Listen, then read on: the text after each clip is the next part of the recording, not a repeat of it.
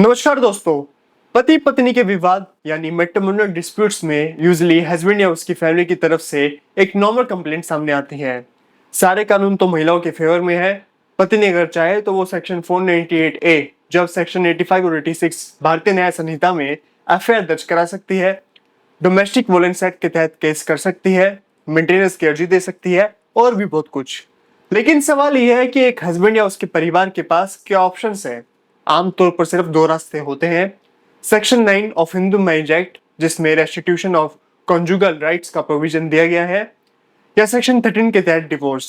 और इसके अलावा क्या कुछ है। आज हम एक इम्पोर्टेंट जजमेंट की बात करेंगे जो हाल ही में उत्तर प्रदेश हाईकोर्ट ने सुनाया है। इस जजमेंट ने हस्बैंड साइड को भी डोमेस्टिक वोलेंस केसेस में एक बड़ी रिलीफ दी है। तो चलिए जानते हैं कि क्या है ये फैसला और आपके केस में इसका क्या इफेक्ट हो सकता है। सबसे पहले बात करते हैं केस के फैक्ट्स की। तो हुआ कुछ यूं कि एक केस आया, x versus state of Uttar Pradesh, जिसमें हस्बैंड की मदर ने, जो वाइफ की मदर इन लॉ है, ने अपनी डॉटर इन लॉ और उसकी फैमिली के खिलाफ डोमेस्टिक वोलेंस एक्ट की सेक्शन 12 के अंडर शिकायत दर्ज कराई। मदर इन लॉ का एलिगेशन था कि बहू ने मेंटल और फिजिकल रूप से वोलेंस किया, बेटी को अलग करने का दबाव बनाया और घर का माहौल खराब किया।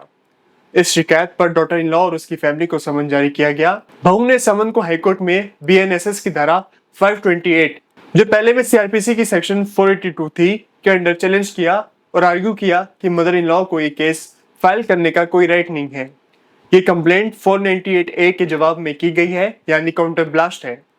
इसके रिप्लाई में मदर इन लॉ ने हाईकोर्ट में अपनी साइड रखते हुए कहा कि उन्होंने डोमेस्टिक वोलेंस झेली है और डोमेस्टिक वोलेंस एक्ट उन्हें अपनी शिकायत दर्ज करने का राइट देता है।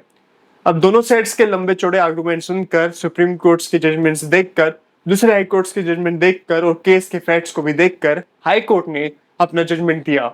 हाई कोर्ट ने इस मामले में दो इंपॉर्टेंट क्वेश्चंस को कंसीडर किया। पहला कि क्या mother in law domestic violence act के तहत कंप्लेंट कर सकती है, और दूसरा कि क्या इस स्टेज पर जबकि केवल समन्स इश्यू हुए हैं, हाई कोर्ट को इस केस में इंटरफेयर करना चाहिए। कोर्ट ने डोमेस्टिक वोलेंस एक्ट की प्रीफेस और सेक्शन 2 और 12 को कंसीडर करते हुए कहा, यह लॉ सिर्फ डॉटर इन लॉ की सिक्योरिटी के लिए नहीं बल्कि सभी वुमेन की सुरक्षा के लिए बनाया गया है। सेक्शन 12 में लिखा है कि एनी उग्रीव पर्सन कंप्लेंट फाइल कर सकता है, और सेक्शन 2 में उग्रीव पर्सन की डेफिनेशन में भी कोई भी महिला जो डोमेस्टिक रिलेशनशिप में रह रही हो, जिसने कॉमन हाउस होल्ड शेयर किया हो, वह शामिल है। इसका मतलब यह हुआ कि चाहे वह बहू हो या सास या ननद, अगर उसे फिजिकल या मेंटल क्रुएल्टी और हैरेसमेंट हुआ है तो वह भी कंप्लेंट कर सकती है।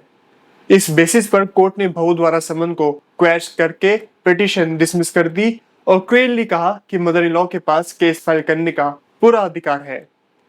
अब हमें यह समझना है कि इस फैसले से क्या सीख मिलती है। अगर आप एक सन है और आपकी मदर को लगता है कि आपकी वाइफ ने उनके साथ गलत व्यवहार किया है, फिजिकल हैरेसमेंट, इंसल्ट, खाना ना देना या आपको उनसे दूर करने की कोशिश, तो आपकी माँ डोमेस्टिक वोलेंस एक्ट की सेक्शन 12 के तहत केस कर सकती है। ध्यान रहे, कोई मेल जैसे हस्बैंड या फादर खुद केस नहीं फाइल कर सकता, लेकिन घर की फीमेल मेंबर जैसे कि आपकी मदर के पास ये अधिकार है।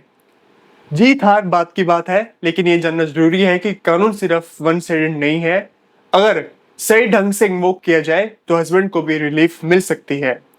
अगर ये आपको इन्फॉर्मेशन यूजफुल लगी हो और आपके मन में कोई सवाल हो तो आप नीचे कमेंट करके हमसे या मेरी टीम से पूछ सकते हैं। हम कोशिश करेंगे कि हम उसका जवाब दें। ऐसे ही और महत्वपूर्ण कानूनी अपडेट्स के लिए जुड़े रहिए द लॉर्ड वॉइस के साथ। सब्सक्राइब करना ना भूलें। मिलते हैं अगली वीडियो में, तब तक के लिए जय हिंद, जय भारत।